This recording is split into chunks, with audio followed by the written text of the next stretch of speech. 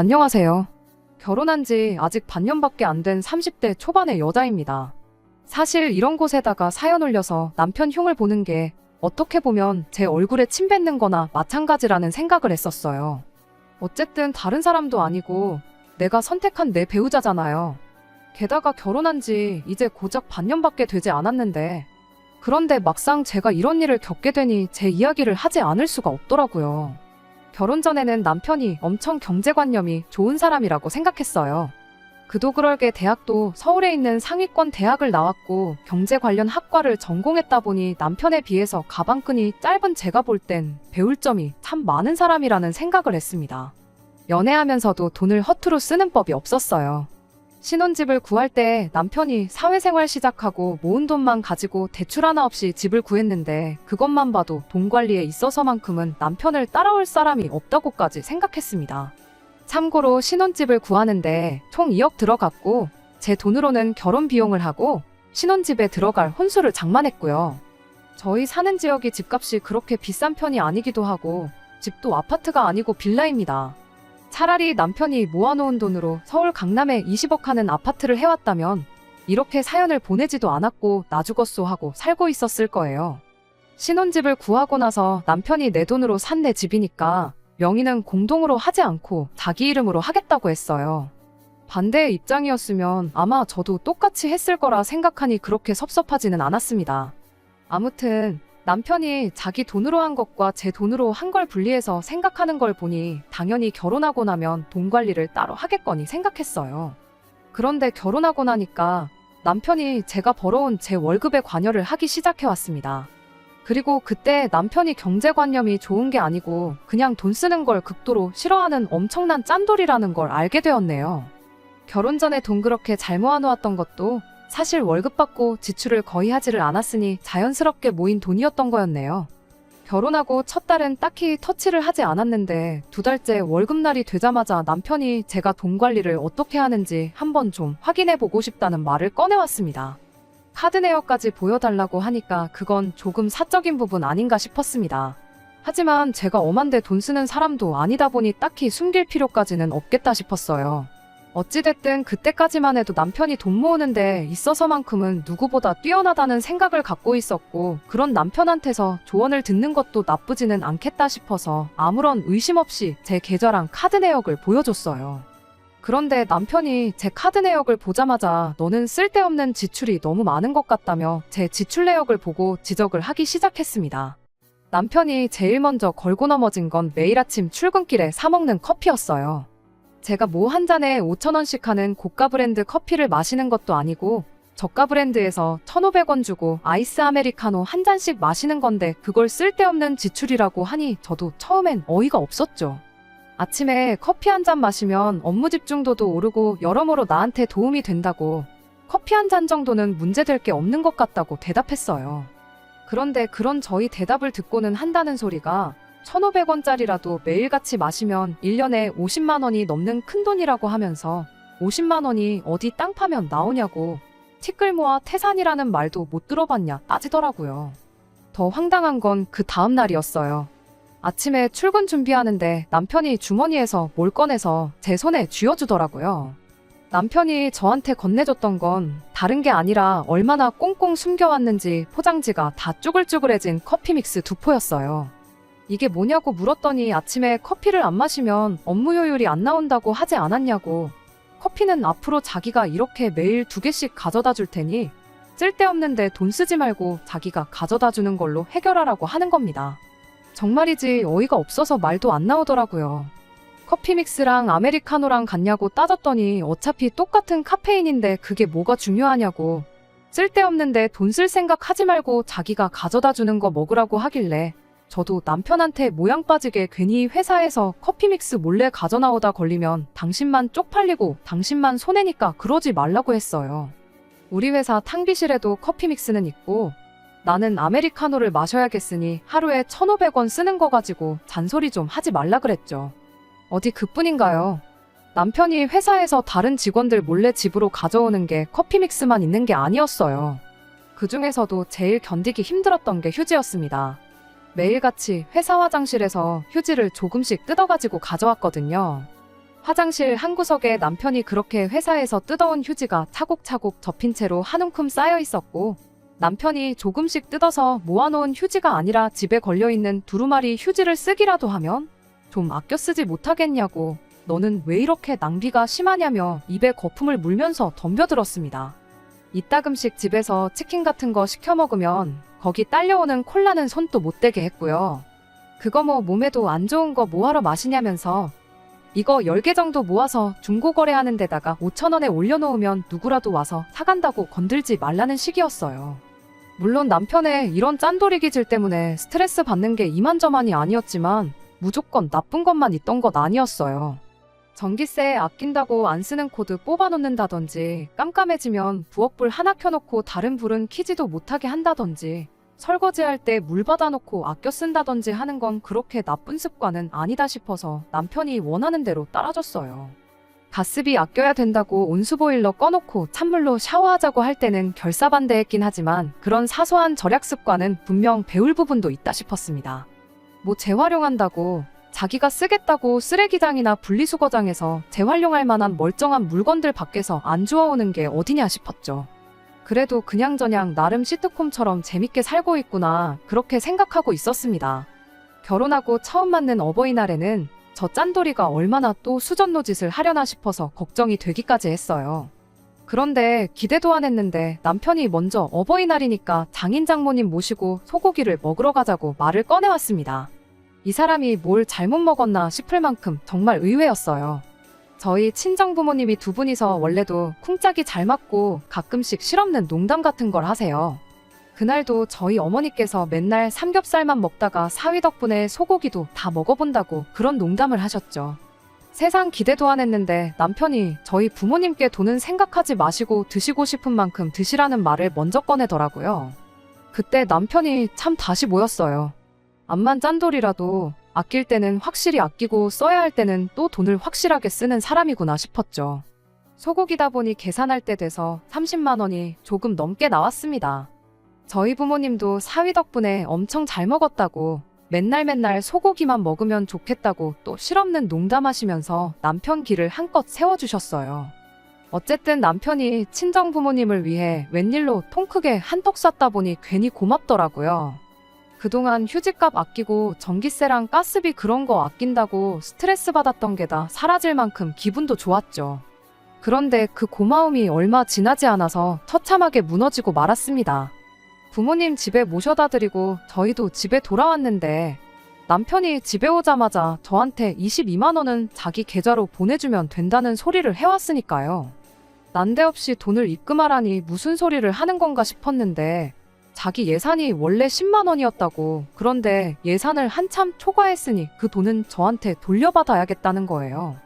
돈을 돌려받는다니 무슨 소리를 하느냐 했더니 너네 부모님이 드신 거 아니냐며 초과한 만큼은 제가 그 돈을 내야 한다는 소리였습니다. 직전까지 느꼈던 고마운 마음은 순식간에 산산조각이 나버렸고 그때부터는 열이 받기 시작했어요. 삼겹살을 먹었어도 냉면에 찌개에 술 마실 거 생각하면 요즘 10만 원으로 택도 없을 텐데, 애초에 4명이서 소고기 먹으러 가는데 예산이라고 10만 원을 준비했다는 것부터가 말이 안 되잖아요.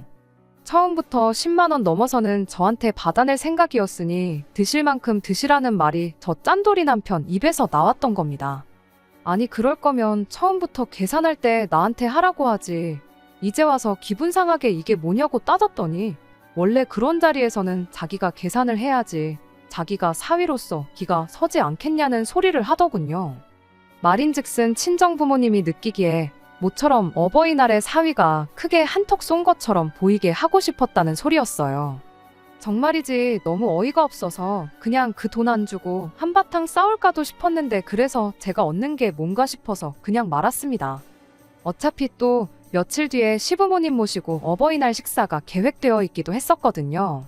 그때 가선 입장이 반대가 될 테니 어디 한번 두고 보자고, 나도 자기가 한 대로 똑같이 되갚아주면 되는 거 아니겠냐 생각하고 그날부터 주말이 오기를 벼르고 있었어요. 그런데 이번에도 짠돌이 남편한테 제가 당했습니다. 어버이날 당일에는 친정 부모님과 다녀왔고 시부모님하고는 주말에 따로 시간을 잡아서 외식을 다녀오기로 했었거든요. 거의 일주일이는 시간텀이 있었다 보니 일부러 유명한 호텔 중식당 코스 요리를 예약해 놓았어요. 남편이 어버이날 저한테 했던 것처럼 계산은 그 자리에서 제가 하면서 생색을 내고 집에 돌아와서 10만 원을 빼고 나머지 금액은 남편한테 청구해서 돌려받을 생각이었죠. 한 명당 10만 원씩 하는 코스 요리로 먹었고 남편이 한 것과 똑같이 식당에서는 제가 계산하고 나왔습니다. 그리고 집에 돌아와서 남편이 저한테 했던 그대로 10만 원 예산을 초과했으니 내 계좌로 30만 원을 보내라고 말했죠. 그런데 남편이 그걸 내가 왜 주냐는 식으로 나오더라고요. 남편이 저한테 했던 말 그대로 돌려줬죠. 내가 친정부모님 앞에서 당신 사위로서 길을 살려주지 않았냐. 그러니 당신도 똑같이 시부모님 앞에서 내 며느리로서의 길을 살려주는 게 맞지 않냐고 한마디 해줬습니다. 그런데 남편이 코웃음을 치면서 뭔 소리를 하는 거냐고. 며느리 기 살려줘서 어디다 쓰냐고. 오히려 제가 그 자리에서 계산을 했기 때문에 자기가 가장으로서의 위상이 살지 않았냐고 하더군요. 시부모 앞에서 며느리 기 살려주는 방법은 며느리가 당신 아들한테 내조 잘하고 있다는 모습 보여준 걸로 충분하다는 궤변을 펼치고 있는 남편을 보니 저 인간은 답도 없다고 그저 지 돈 아끼는 거 말고는 아무것도 눈에 들어오지도 않는 짠돌이 중에 상짠돌이구나 싶었습니다. 그래도 그나마 위안이 되었던 건 남편이 인색하게 구는 데에는 시댁과 친정을 가리지 않고 똑같이 인색하게 군다는 사실이었어요. 그런데 그건 그저 저희 착각에 불과했습니다. 어버이날 그 사건이 있고 얼마 지나지 않아서 시어머니의 생신날을 앞두고 있던 언젠가였습니다. 남편이 시어머니 생신 선물을 고르러 가는데 저한테 같이 좀 가자고 하더라고요. 말이 같이 가자는 거지 또 어버이날 그때처럼 가장으로서의 위상 어쩌고저쩌고 하면서 내 돈으로 생신 선물을 사드릴 속셈인가 싶어서 싫다고 했어요. 그랬더니 남편이 절대 그럴 일 없으니 걱정 붙들어매라고 자신있게 말하더라고요. 믿음이 가지는 않았지만 안 그런다고 저렇게 강하게 말하니까 결국 그렇게 남편을 따라갔어요. 그런데 웬일로 내비를 찍는데 백화점을 찍고 있더라고요. 기껏해야 시 외곽에 있는 증설 할인 매장 같은 데를 갈 줄 알았는데 백화점에를 다 가는 걸 보고 깜짝 놀랐습니다. 기껏해야 행사 상품 매대에서 뭐 집어다가 사드리려나 싶었는데 남편이 1층은 거들떠보지 않고 명품관 층으로 직행을 하더라고요. 이 사람이 뭘 잘못 먹었나 싶었어요. 돈 한 푼 두 푼 하는 게 아닐 텐데 괜찮냐고 했더니 이제 결혼도 했고 그리고 다른 날도 아니고 생신인데 평소에 갖고 싶어 하시는 거 사드리는 게 자식으로서의 도리를 다하는 것 아니겠냐고 하더라고요. 이것저것 구경하고는 있는데 말은 저렇게 했어도 자기가 정해놓은 마지노선이 있었는지 선뜻 지갑을 열지는 않고 있었어요. 그 와중에 가방 하나가 계속 눈에 들어왔나 봐요. 사드리고는 싶은데 금액이 금액이다 보니 그냥 만지작거리기만 하고 들었다 놨다 반복만 하고 있었어요. 그래도 남편이라고 그게 안쓰러웠나 봐요. 내가 미쳤지. 남편한테 돈을 좀 보태줄까 하고 먼저 물어봤습니다.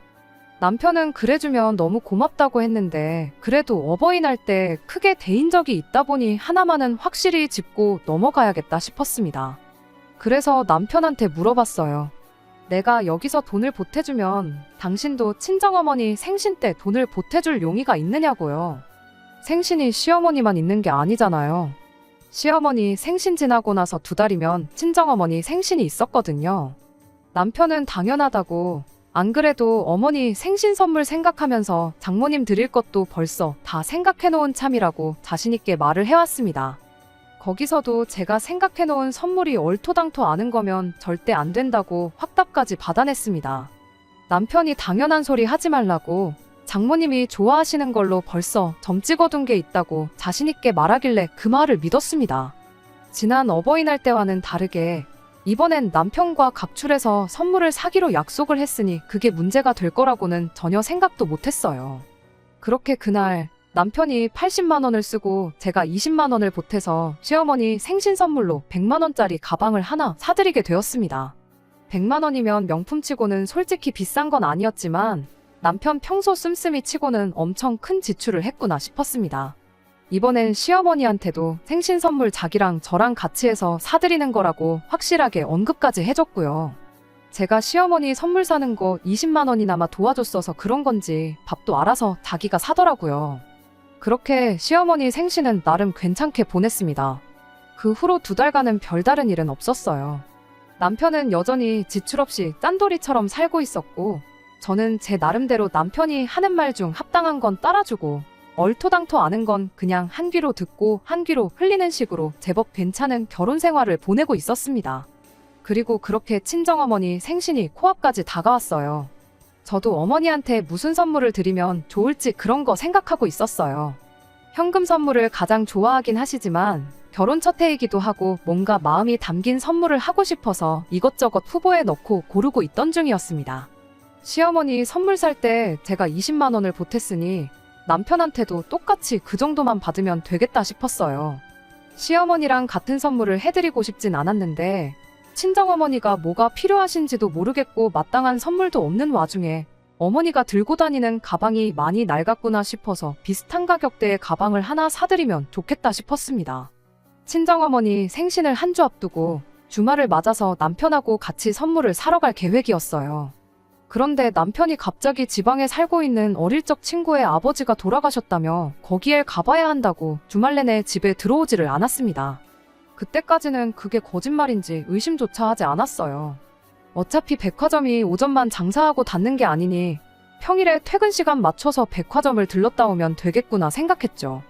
그런데 평일이 되니까 이번에는 결혼 생활 하는 내내 한 번도 없었던 야근 핑계를 대면서 집에 밤 11시가 돼서야 들어오고 그러더라고요. 남편의 야근은 그 주 내내 이어졌고 목요일이 돼서야 이 사람이 지금 돈 쓰기 싫어서 일부러 어줍잖은 핑계거리를 대면서 피하고 있구나 그런 생각이 들었습니다. 친정어머니 생신을 토요일 점심에 하기로 했으니 그때까지만 뻑이면 일단 제가 알아서 선물을 사올 테고 돈 주는 건 또 나중 가서 말도 안 되는 이유 가져다 붙여서 안 주려는 생각이라는 게 뻔히 보였어요. 그래서 밤 11시에 집에 기어들어온 남편을 붙잡고 내일은 무슨 일이 있어도 야근하지 말고 제 시간에 집에 들어오라고 했습니다. 남편은 회사 일이란 게 어디 마음대로 되는 게 아닌 거 알지 않냐면서 말을 돌리려고 하더라고요. 그래서 제가 알겠다고 그럼 퇴근하면 당신 회사 앞으로 갈 테니까 1시간 정도만 회사에 양해를 구하라고 했어요. 설마 다른 날도 아니고 장모님 생신인데 야근을 안 하겠다는 것도 아니고 그 정도 사정은 봐주지 않겠냐고 물었죠. 남편 표정만 봐도 당황했다는 게 눈에 보였어요. 어디 뭐 자기만 회사 생활 하고 있나요? 꼼수를 써도 될 법한 걸 써야지 뻔한 거짓말을 하고 있으니 웃기지도 않더라고요. 다음날 퇴근해서 남편한테 선언한 대로 남편 회사 쪽으로 퇴근을 하고 있었는데 남편한테 전화가 왔습니다. 갑자기 회식이 생겼으니 이쪽으로 오지 말라고요. 그간 야근한 거 고생했다고 부사장이 직원들 데리고 쏘는 거라고 절대 빠지지 못하는 회식이라면서 저한테 미안하다고 사과까지 하더라고요.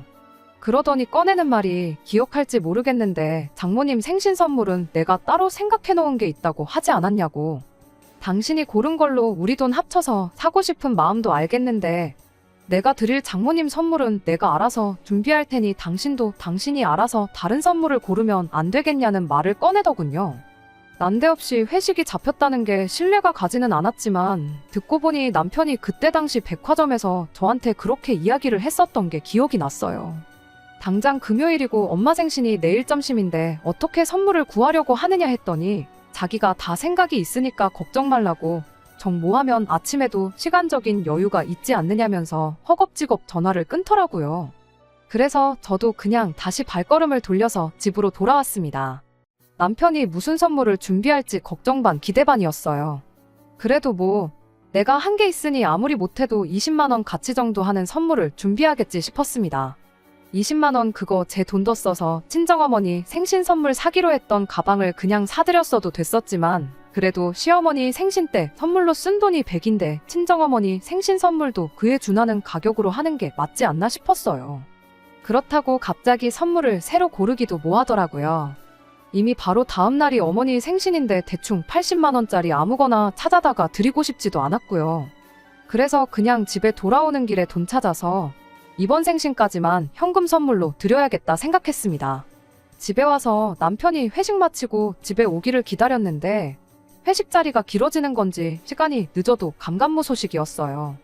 밤 11시가 넘어가는 거 보고 언제 올지도 모르는 양반 기다려서 뭐 하겠나 싶어서 그냥 집 정리 대충 끝내놓고 혼자 TV를 보다가 잠에 들었습니다. 남편이 들어온지도 모르고 한참 잘 자고 있었는데 늦게 들어온 남편이 자려고 침대에 누우면서 그때의 흔들림으로 살짝 잠에서 깨버렸습니다. 시간을 보니까 새벽 2시가 넘어 있었어요. 그래도 회식이 있던 건 진짜였는지 눕자마자 잠에 골아떨어진 남편이 숨을 내쉴 때마다 방 안에 아주 술 냄새가 진동을 하더라고요. 괜히 잠 깨기 싫어서 저도 그냥 잠을 청했습니다. 그리고 다음날 아침에 잠에서 깼어요. 과음을 한 건지 남편은 정신을 못 차리고 자고 있었죠. 피곤해 보여서 그냥 자게 둘까 싶다가도 친정어머니 생신 선물 생각을 하니까 깨우지 않을 수가 없었네요. 자는 남편 흔들어 깨우면서 앞으로 몇 시간이면 친정집 출발해야 한다고 얼른 일어나서 준비하고 엄마 선물도 챙기고 해야지 않겠느냐고 했더니 남편이 덮고 있던 이불로 얼굴을 가리면서 준비해놨으니까 걱정 말라고 자기 좀 더 자야 될 것 같으니 자게 내버려두라고 하더라고요. 준비가 됐다는 게 무슨 말인가 싶었어요. 저는 진작에 일어나서 전날 저녁에 하다만 집 청소를 마무리 지었는데 집 정리하면서 선물은커녕 선물 비슷하게 생긴 건 구경도 못했거든요. 혹시 이 사람이 술 취해서 집에 오는 길에 택시에다가 두고 내린 건가 그런 생각이 들더라고요. 그래서 선물이 어디 있냐고 아무데도 없다고 당신 어제 술 취해서 차에다 두고 내린 건 아니냐 일어나서 당신이 확인 좀 해봐라 하고 다시 자려는 남편을 흔들어 깨웠습니다. 남편이 침대에 겨우겨우 일어나 앉아서는 자기가 잊지 않고 잘 챙겨왔다고 냉장고에 넣어놨으니까 확인해보라고 하고 또 다시 눕더라고요. 무슨 선물이길래 그걸 냉장고에 넣어놨나 싶었어요. 혹시 이 인간이 엄마 생신 선물이라고 케이크 한 개로 퉁치려는 건 아닐까 그런 생각까지 들었습니다. 그런데 냉장고를 열어봤는데도 선물은커녕 케이크 비슷한 것도 안 보였어요.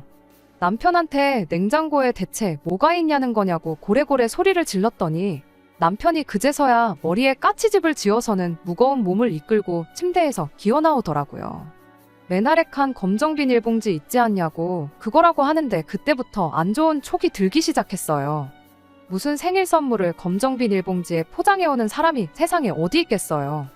남편의 짓궂은 장난이었으면 좋겠다 싶었지만 돈 쓰는 거 앞에서만큼은 장난 같은 거 안 치는 사람이었으니 그럴 리가 없다는 건 안 봐도 알 수 있었습니다.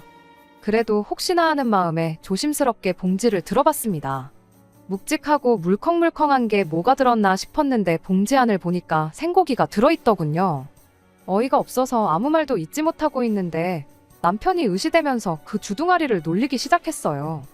마침 어제 회식을 고기 뷔페로 다녀왔다고 왜 그때 장모님이 매일매일 소고기만 드시면 좋겠다고 하지 않으셨냐고 이 정도면 못해도 일주일은 소고기 떨어질 걱정 없이 드실 수 있지 않겠냐는 소리를 하더라고요. 그리고는 핸드폰으로 뭘 검색하더니 인터넷으로 소고기 파는 사이트에 들어가서 1kg에 15만 원 하는 툭브라누 선물 세트를 보여주대요. 그러더니 자기가 가져온 게 못해도 2kg는 넘을 거라면서 기어이 제 손에 들려있던 봉지를 채가서는 저희들 몸무게 잴 때 쓰는 거울에다가 무게를 달아보더라고요. 남편이 챙겨온 고기는 총 1.5kg였어요.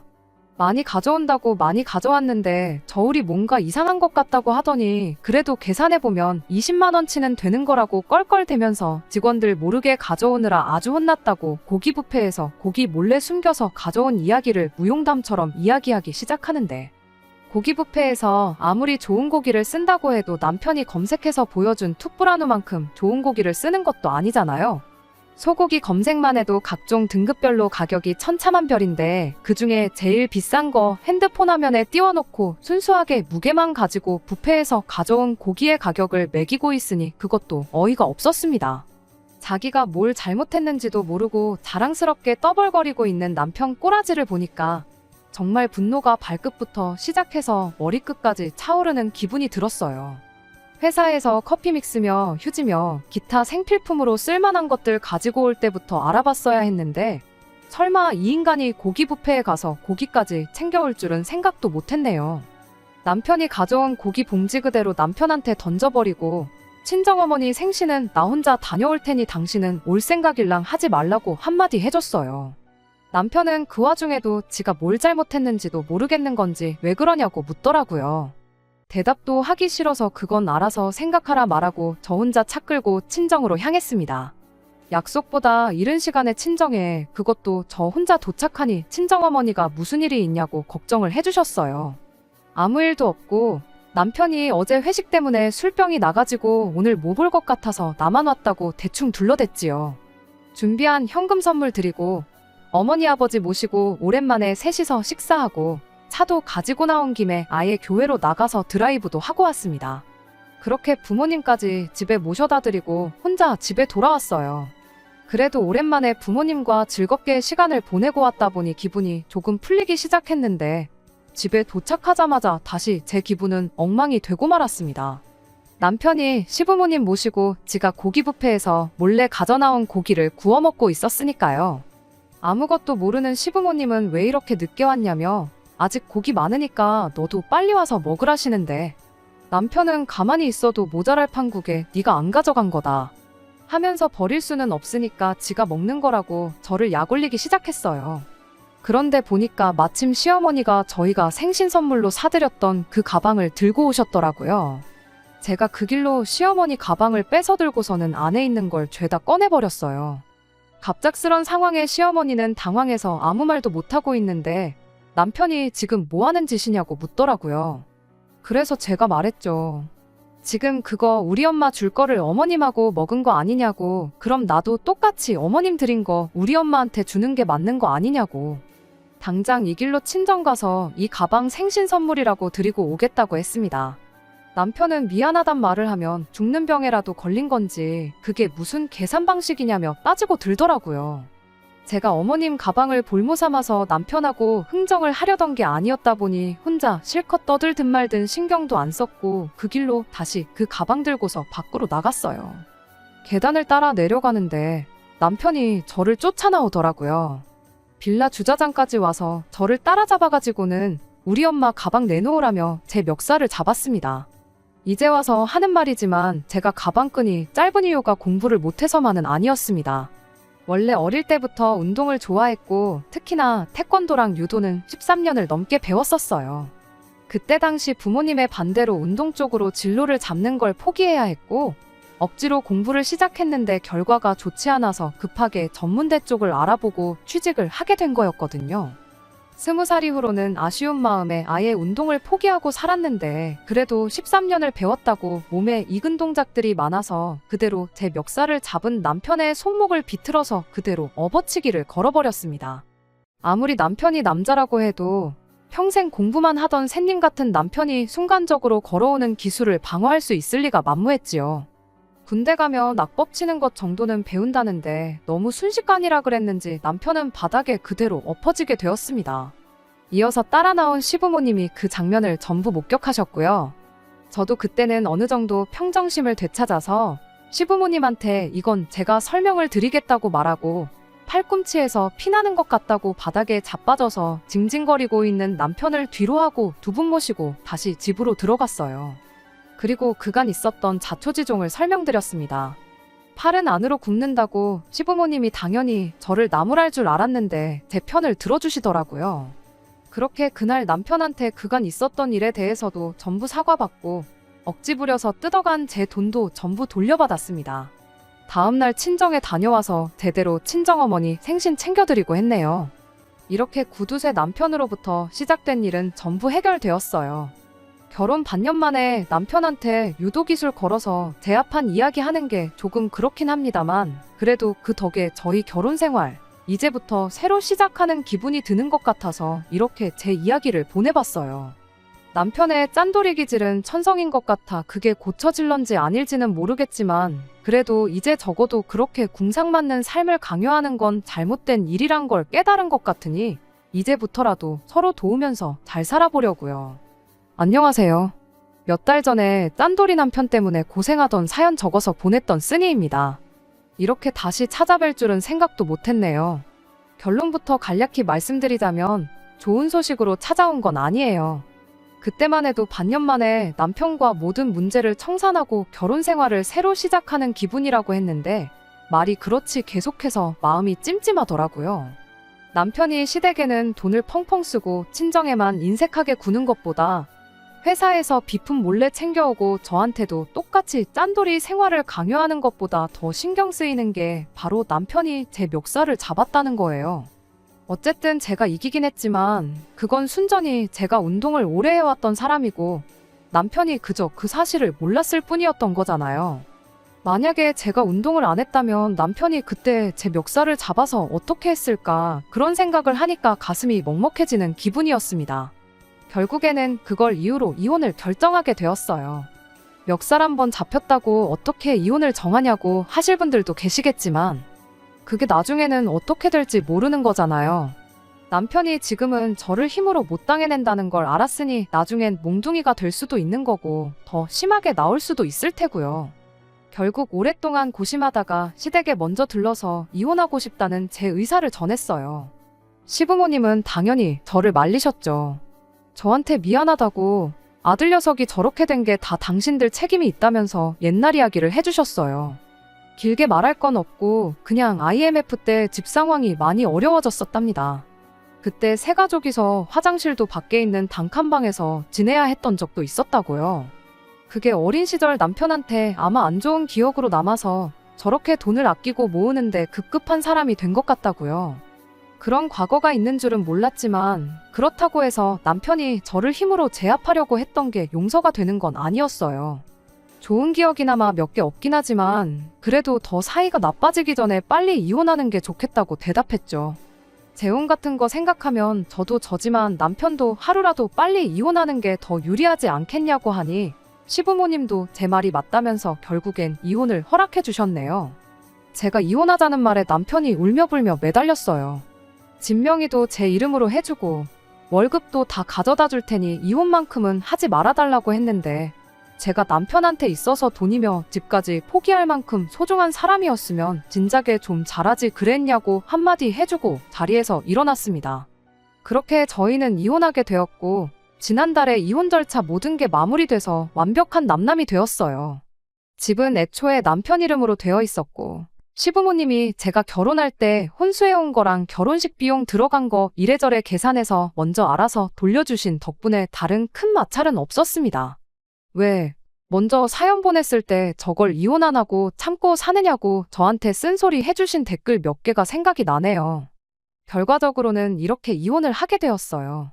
아직도 제가 좋은 결정을 내린 건지 혹시나 언젠가 이 결정을 후회할 날이 올지도 모르겠다는 생각이 들긴 하지만 과거에 얽매여 있는 것보다 앞으로의 제 인생을 준비하는 게 더 이득인 것 같아서 더는 생각하지 않으려고요. 끝까지 들어주셔서 감사합니다. 오늘의 사연은 여기까지입니다. 구독과 좋아요, 알람 설정 부탁드리고 더 좋은 사연으로 다시 찾아뵙겠습니다. 감사합니다.